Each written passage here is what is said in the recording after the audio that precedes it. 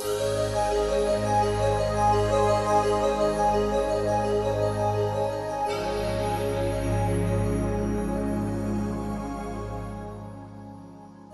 thank you for taking the time last night on Friday evening and today on this morning. Before I want to just reiterate my argument yesterday.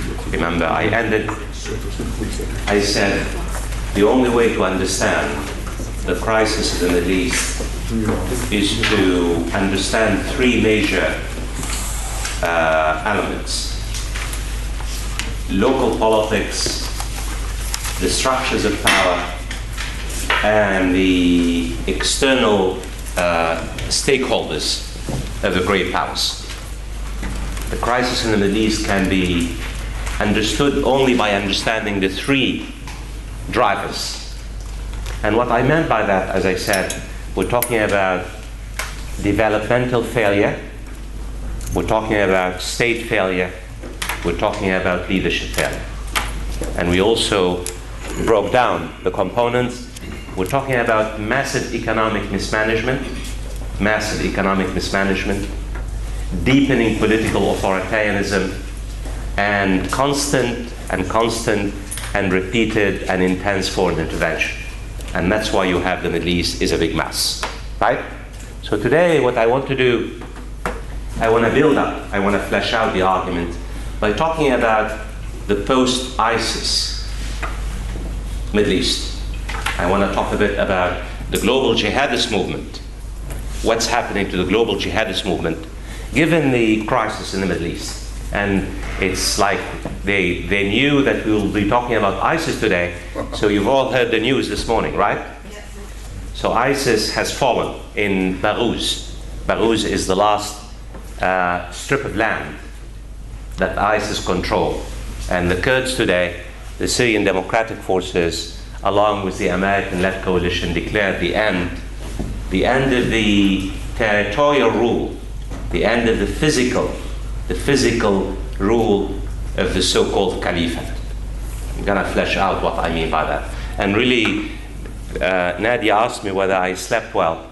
The reason why I did not sleep well, I received about 15 telephone calls from CNN, BBC, Sky News, France 24. I mean, it's like crazy, breaking news. I don't know if you know, I have a bestseller book I really would like you to read called ISIS: A History. And the book was published in 2016 by Princeton University Press. And we came here and we talked about it. And in fact, we had many copies sold.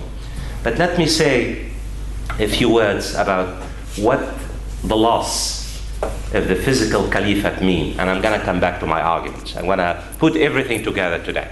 I think we should not minimize, we should not underestimate the fall of the physical rule of ISIS, or the so-called Islamic State, or ISIS, or Daesh, regardless of what we call it. What we need to remember, think about it. The so-called Islamic State or ISIS controlled the lives of 8 million people in between 2014 and 2019. 8 million people were under the control of ISIS, 8 million.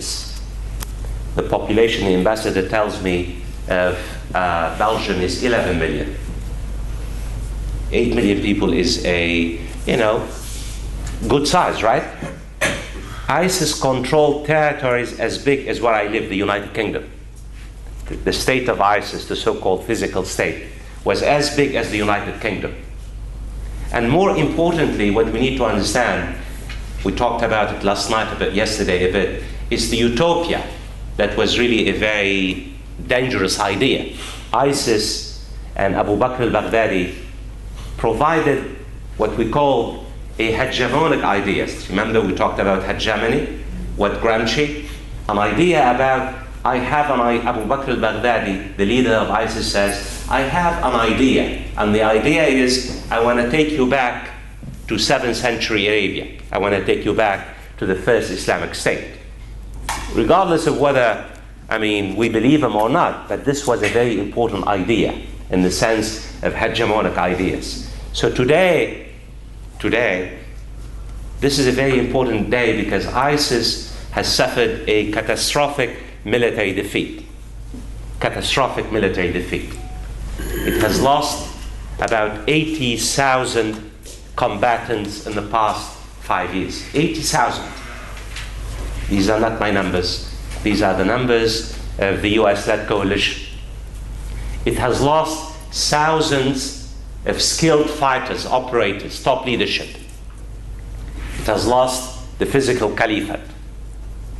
And more importantly, people, the utopia, the idea, the hegemonic idea that ISIS has presented to the Muslim populations in Syria and Iraq and beyond has collapsed. It's no longer seen as a winning horse. ISIS is what now? ISIS is a losing horse. So you might say, what's the big deal?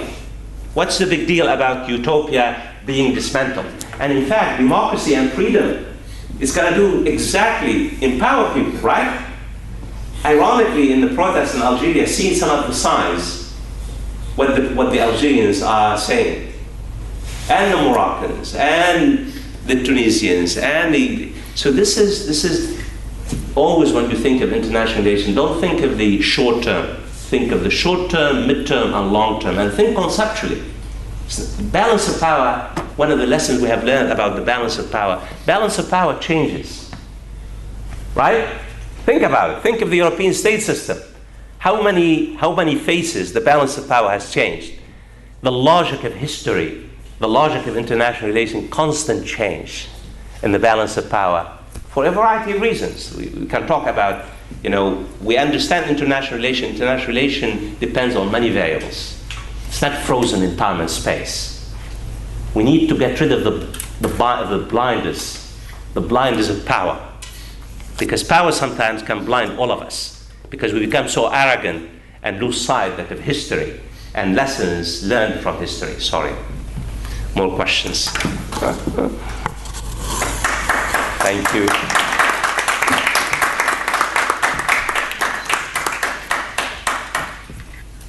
Well, let me tell you, dear friends and Professor, how proud I am as President of CERIS to have you lecture here for 5-6 hours.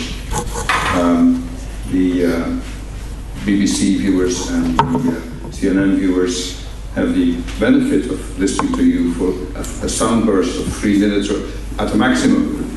We have had 6 hours of insights, of going from theoretical groundwork to experiences you yourself had, and which gives really depth to your views. You know what you're talking about inside out.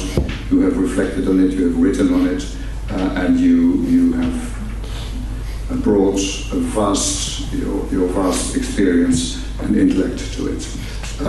Let us all reflect on what you told us, and let us all, I will at any rate, have a look at the 2 last books you've published, because I think they must contain very great deal of wealth of information and insight. Thank you for being with us, although it was difficult for you on a personal level to be with us, but we count on you to be able to welcome you again in our next cycle.